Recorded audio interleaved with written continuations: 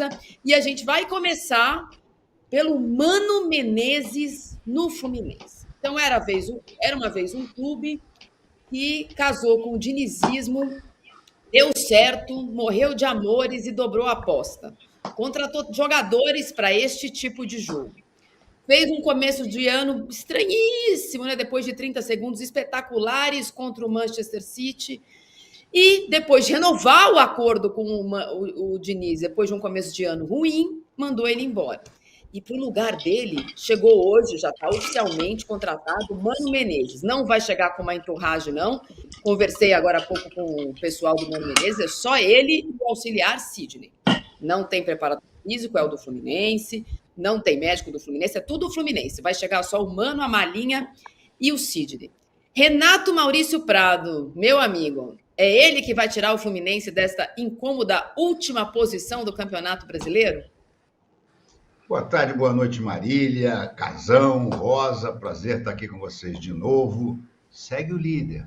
Mas o Mano Menezes, eu diria o seguinte, o Mano Menezes, ele já está naquela fase da carreira mais próximo da aposentadoria do que da glória, né? Fase em que o Luxemburgo entrou e, apesar de várias tentativas, nunca mais voltou. O Filipão também, ainda que um brilhareco no Atlético Paranaense, mas de uma maneira geral também fracassando em outros trabalhos. O Mano vem de trabalhos com pouco brilho, digamos assim. Ele até conseguiu ser vice-campeão no Internacional, mas logo depois, no início da temporada, acabou indo mal e sendo demitido. Eu acho que o maior problema do Mano, eu não considero o Mano incompetente, não mesmo, mas o maior problema do Mano vai ser o elenco que ele vai encontrar. Como é que ele vai fazer? Ele vai barrar metade da turma da geriatria? Ele vai deixar o Thiago Silva, contratado com pompa, circunstância e grupo Sorriso Maroto para encher o Maracanã, vai deixar ele no banco? Ele vai ter que ter muito tato e, ao mesmo tempo, muita coragem. Porque esse time do Fluminense, sem o Diniz, com aquela velharada toda, jogando de uma forma mais tradicional, como é o Mano, como é o jeito de jogar do Mano, não vai dar certo. Eu acho que o Mano está diante de um dos maiores desafios da carreira dele. Será capaz de tirar? Se tiver coragem, barrar metade do pessoal da terceira idade e começar a botar a garotada de Xerém, pode até ter, mas é um trabalho e tanto. E o Mano, nos últimos clubes pelos quais passou, não demonstrou estar afiado bastante para isso. Vamos ver. Casão, eu vou passar para você com a informação que eu tenho de apuração. Então, o Mano foi a terceira opção da direção do Fluminense para substituir o Diniz, né? A semana passada ainda houve o momento tampão do Marcão, mas ele não iria ficar. A primeira opção foi o Cuca, e o Cuca não cogitou aceitar. Além da conta que foi feita pela sua comissão de que, a partir de agora, teriam que ser feitos 50% dos pontos e o Fluminense ainda está em 2 mata-matas, o Cuca e sua equipe achou que não era o momento de voltar e disse não. A segunda opção foi o Odair Hellmann, que também sinalizou não. E aí veio o Mano. Aí eu te pergunto, Casão, quem pensa no Cuca, depois pensa no Hellmann e depois pensa no Mano Menezes, está pensando exatamente no quê? Fala, Marília, Renato, Luiz. Assim, o objetivo principal do Fluminense, vamos lá, é fugir do rebaixamento do Campeonato Brasileiro. Tá acontecendo agora. Os jogos da Libertadores, Copa do Brasil, só de agosto para frente e tal. Então, o problema que o Fluminense tem que resolver é imediato, fazer pontos no Campeonato Brasileiro. Essas três opções deixam muito claro que o jeito de Diniz de jogar ficou para trás. Né? Eles querem outra coisa. Né? Precisa de cara que organiza time, precisa de cara que faz um futebol tradicional, precisa de alguém bem experiente, né? Bem mais experiente que o Diniz, por exemplo, para situações como essa, um cara mais rodado. Então eles foram atrás de três caras rodados. Né? O Cuca, ele deixou o Atlético Paranaense, que está em 5º lugar, por causa de 3 empates seguidos, tomando gol no último minuto. Você acha que o perfil do Cuca é pegar time no último lugar? O Cuca ganha campeonato e cai fora com medo de, no outro ano, o trabalho dele não ser o mesmo. Então, O Cuca nem pensar iria pegar essa bomba. O Odair, eu não sei. O Odair deve estar com outros planos. Está na Arábia Saudita ou Catar, eu não sei onde ele está, mas ele está fora, está lá no Oriente Médio, né? Outros planos. Agora, o Mano Arábia é o Saudita. seguinte. Arábia Saudita. O Mano é o seguinte. O Mano chegou no Corinthians ano passado para quê? Para salvar o Corinthians no rebaixamento, né?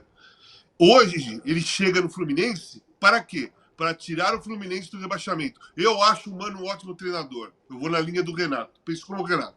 Não acho o Mano um mau treinador. Eu acho o Mano um ótimo treinador. Só que ele vai ter um material na mão que ele não é do estilo dele de fazer time. Aquele 12 jogadores, 12, 13 jogadores, muito acima dos 30 anos, alguns com 40 e tal. E não é o que ele gosta e nem o que o Fluminense precisa. O Fluminense precisa de ter um time mais jovem, com mais intensidade. Os adversários estão ganhando o Fluminense, estão jogando melhor, obviamente, mas porque também o ritmo e a dinâmica dos times é muito maior que essa do Fluminense. Ele vai ter um desafio gigantesco para formar um time competitivo, né? Competitivo no Fluminense, para que comece a encaminhar o primeiro objetivo, sair lá da última posição. Depois, mata-mata, vamos ver o que acontece. Mas entre esses três, eu acho que o Mano é o cara certo. Pelo objetivo, é o cara certo. Você precisa salvar o time, você chama um cara que organiza, que consegue organizar uma equipe, que tem uma experiência longa do futebol, que sabe o que ele quer, sabe o que precisa para sair daquela situação. Então, o Mano, agora o material humano do Mano não é o suficiente, nem é do jeito que ele gosta, do jeito que ele prefere fazer times. Ô, Rosa, o nosso querido Marinho Santana, agora meu novo anjo da guarda, ele fez ali uma tabela dos últimos trabalhos do Mano. O Casão lembrou que ele jogou no ano passado, em setembro, entre as semifinais da Copa Sul-Americana no Corinthians, para tentar reverter um resultado que era desfavorável e também salvar o time do rebaixamento. Não conseguiu reverter, mas o Corinthians não foi rebaixado no ano passado. O Mano Menezes tem já um primeiro encontro gaúcho, próximo jogo do Fluminense é o Internacional. Depois, em agosto, a gente não sabe ainda qual vai ser o chaveamento da Copa do Brasil, que o jogo vai ser antes, inclusive, mas em agosto ele tem o Grêmio, que também está numa situação como essa. Esse é o histórico do Mano recente, que tem este futuro daqui para frente. Boa noite a todos. Olha, Marília, eu vou pegar um pouco do gancho aí do Renato. A questão do elenco, a questão do momento também da carreira do Mano Menezes, né? O Renato pontuou que o Mano já está dando sinais de aposentadoria, só que também para o Mano, do jeito que a Marília falou aí, que ele vai levar apenas como auxiliar o Sidney, também pode ser um recomeço para ele também mostrar que ele pode fazer a coisa salvando o Fluminense dessa linha do rebaixamento, vai também ser uma porta para ele também, é um chamariz para ele também, e acredito que também ele tem carta branca para fazer essa reformulação. O Mano é um treinador que quando ele assume um grupo, a gente já viu os trabalhos que ele faz, naturalmente ele vai querer fazer o trabalho dele. Pode ser, será que não foi uma barganha? Olha, eu chego com apenas o meu auxiliar, mas eu quero carta branca para fazer aquilo que eu bem entender. Porque ele também está colocando o currículo dele em jogo. Se ele não conseguir salvar o Fluminense, tá vendo? Trouxe o Mano já é um treinador em processo de decadência, não conseguiu salvar. Quem vai querer depois o Mano Menezes da vida? Só que existe uma coisa, nós falamos semana passada numa questão se ia continuar o dinizismo ou não. E aí a gente falou assim, olha, o treinador que chegasse até, eu falei o Marcão, a Marília falou assim, não, Marcão, não! Né? Você lembra disso, né, Marília? E aí, só que fica aquela questão. O Fluminense hoje precisa, primeira coisa, evitar tomar gols, né, que é a segunda pior defesa do brasileiro, com 21 gols sofridos. Só perde para o Vasco, que tomou 25. O Mano é um treinador que a gente sabe que realmente é um treinador que sabe armar a defesa. E no manual de recuperação de times, de montagem de grupo, todo treinador fala, primeiro nós arrumamos a defesa para depois arrumar do meio para frente. E é isso que o Mano vai fazer. Agora, fica aquela questão, ele vai ter realmente carta branca para fazer aquilo que ele bem entende, carta branca para a torcida vai entender esse processo doloroso, que é mudar o conceito de um time que é altamente ofensivo, agressivo, que se expõe muito na defesa, para ter um time que vai fechar a casinha, que vai tomar a pressão do adversário, que vai jogar por uma bola? São essas questões que a gente vai ver ao longo dessa chegada do Mano Menezes. No frigir dos ovos, eu também, como Casagrande, vejo o Mano Menezes como o cara ideal para arrumar a casa do Fluminense. Não só na questão tática, mas chegar para o grupo ali, de dar a voz, de mostrar que ele que manda, se precisar barrar alguém, ele vai barrar. É isso, nessa chegada, esse choque de gestão com o Mano Menezes, eu vejo muito como promissor para o Fluminense. O Renato, Pênalti para eu Portugal. falei errado o nome do anjo da guarda, eu tô ficando louca, eu tô precisando tanto de anjo da guarda. Eu não falei Marinho Saldanha, eu falei Marinho o quê? Deus me livre, Marinho Saldanha, eu preciso do Marinho Saldanha, do São Jorge, de todo mundo. Daqui a pouco a gente vai falar de Corinthians e Palmeiras mais tarde. O Renato, no Rio de Janeiro, essa situação do Fluminense, ela é sui generis, né? Porque talvez a crise do Vasco ela chame a atenção por tudo que está acontecendo, mas não é o atual campeão da Libertadores. É um time que está classificado para as outras competições mata-mata. Essa classificação, essa posição no Campeonato Brasileiro, ela é incômoda e ela precisa de uma decisão rápida. No ano passado, a direção do Fluminense, desde o começo, decidiu. É a Libertadores em 2023. Se não decide logo, não fica muito aqui e ali, não se sabe o que faz? Pois é, o Mano é um técnico conhecido por priorizar competições de mata-mata, né? Ele foi bicampeão da Copa do Brasil com o Cruzeiro, embora não tenha ido bem em nenhum campeonato brasileiro com o Cruzeiro, nem na Libertadores, quando classificou pela Copa do Brasil. Eu não sei o que ele vai fazer agora, mas se ele não priorizar o brasileiro, ele está ferrado. Porque, já imaginou, tudo bem, vamos que o Fluminense conquiste a segunda Libertadores. Acho quase impossível. Nesse momento, com esse time, não vejo chance do Fluminense longe. Mas será que a torcida vai gostar de ser campeão da Libertadores e ser rebaixado? Eu acho que ia ser uma situação inédita, né? Não conheço na história o caso de um campeão da Libertadores rebaixado no mesmo ano. No ano seguinte já teve, mas no mesmo ano eu acho que não existe. Eu acho que ele vai ter que priorizar o brasileiro e sair ganhando ponto no brasileiro. E por mais que lhe doa, eu acho que a Copa do Brasil, por exemplo, é uma competição que ele vai ter que abrir mão praticamente. E a Libertadores vai tentar a sorte, né? Mas com esse time do jeito que está jogando, não vai muito longe na Libertadores, não. A sorte dele é que é o Grêmio, o primeiro combate dele. Grêmio que está ainda sofrendo todos aqueles efeitos da tragédia no Rio Grande do Sul, tá? Até ganhou a última rodada, mas vem tendo problemas. Mas eu acho que não deve focar nada a não ser no Campeonato Brasileiro.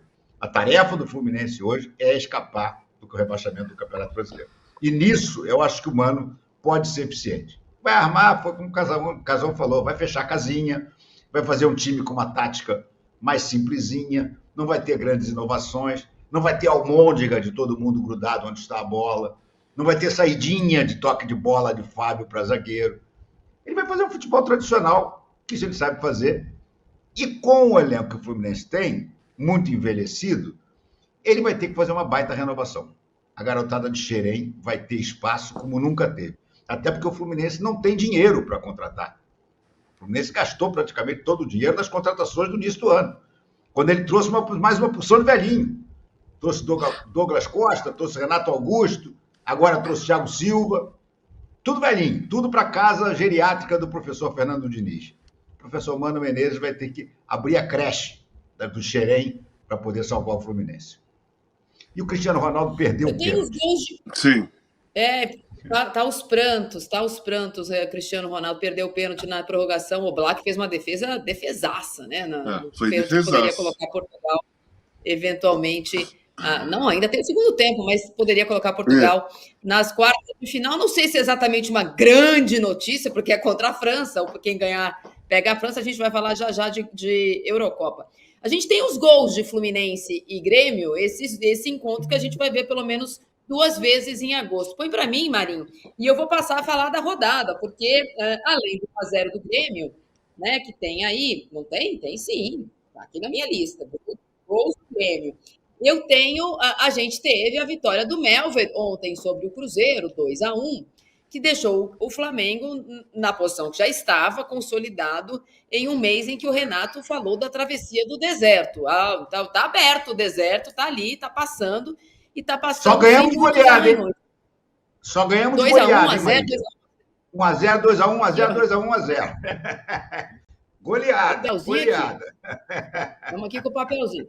E tivemos, né, ofuscado por mais essa vitória magra, porém boa do Flamengo. Achei que o Flamengo, de novo, ganhou, mas ganhou sem grande susto, apesar do Matheus ser o Matheus do Cruzeiro ser um jogador zaço, né, talvez o melhor do campeonato. O Flamengo tem essa questão do Gabigol. Primeiro a gente está vendo aí os gols do Grêmio, 1-0, esse jogo foi no sábado. O Grêmio voltou a vencer depois de 6 rodadas, né, com uma formação diferente. O Grêmio também com muitos desfalques, além de todo o problema do Rio Grande do Sul, continua jogando fora de casa. O Flamengo foi e venceu no domingo e manteve a sua primeira posição inabalada depois do tropeço do Botafogo, depois do tropeço do Atlético Mineiro, outros times que poderiam continuar incomodando. Hoje o Palmeiras vai tropeçar e aí o Flamengo vai continuar soberano lá em cima, Renato. É verdade. O Bahia também tropeçou, né? O Bahia tinha o mesmo número de pontos e perdeu do São Paulo, tá? Hoje a torcida do Flamengo é toda corintiana, Marília. Toda corintiana. Obrigada. Porque se o Corinthians ganha esse derby, o Flamengo abre 4 pontos para o Palmeiras. Com todo respeito ao Botafogo, que está contratando um jogadoraço, né? O Almada, jogador campeão do mundo pela Argentina, e é considerado uma das grandes revelações da geração jovem do futebol argentino. Mas o grande adversário ainda é o Palmeiras. Então, se por acaso o Corinthians fizer algum tipo de gracinha e ganhar esse derby, o Flamengo fica 4 pontos na frente do Palmeiras e 3 pontos na frente do resto. O resto, no momento, é Botafogo, Bahia Não, Palmeiras é o 4. É Botafogo e Bahia, 3 pontos, e Palmeiras aí ficaria 4. Ou pelo menos 3 se o Corinthians empatar. É um jogo importante, mas o Flamengo, Marília, o rendimento do Flamengo durante a travessia é melhor do que o rendimento do próprio Flamengo com todos os titulares. É impressionante. O Flamengo está com rendimento de 72% nos 6 jogos até agora da travessia. É uma coisa que nem o mais otimista dos rubro-negros imaginava. Nem o filho do Tite estava esperando tanto, né? A verdade é que o Flamengo está tendo um rendimento de campeão durante essa travessia, e se mantiver esse rendimento e entregar para os titulares com o Flamengo na liderança, a coisa tende a ficar muito boa para o rubro-negro, né? Não jogou uma partidaça, não deu um show, nem pode. Com esse time esfacelado, não pode. Mas tem algumas peças que estão jogando um futebol de primeiríssima qualidade. O caso do Gerson, que está jogando para muita gente mais do que jogou em 2019. O caso do Pedro, sempre matador, sempre brigando, fazendo pivô, dando passe. E caso do Davi Luiz, que também voltou a jogar uma barbaridade. O Flamengo está fazendo das tripas coração, como se dizia na minha época de criança. O Flamengo está jogando com uma entrega, com uma garra, com uma dedicação impressionante. E o Tite está indo muito bem. Ontem, no primeiro tempo, que acabou com o domínio do Cruzeiro, o Flamengo estava ainda um pouco desorganizado. No intervalo, ele foi lá e tirou o Lohan, que é um jovem super promissor, mas que, como todo jovem, tem alternâncias, joga muito bem um dia, no outro nem tanto, não estava bem na partida, e tirou o Lohan e botou exatamente em cima do melhor jogador do Cruzeiro, o Léo Ortiz. Ele trouxe o Léo Ortiz e disse, olha, você vai entrar para cuidar do... Como é o nome dele mesmo? Agora me fugiu. Matheus Pereira. Matheus Pereira. Você vai cuidar do Matheus Pereira. Você vai cuidar do Matheus Pereira. Com isso, ele neutralizou o meio-campo do Cruzeiro e passou a jogar melhor e mereceu o 2-1. Então, olha, é de bater palmas de pé, como na ópera, diria Nelson Rodrigues, para o trabalho do Tite nessa travessia do deserto até agora e para o empenho e a garra com que os jogadores do Flamengo têm se dedicado para suprir as ausências dos selecionados. Qual?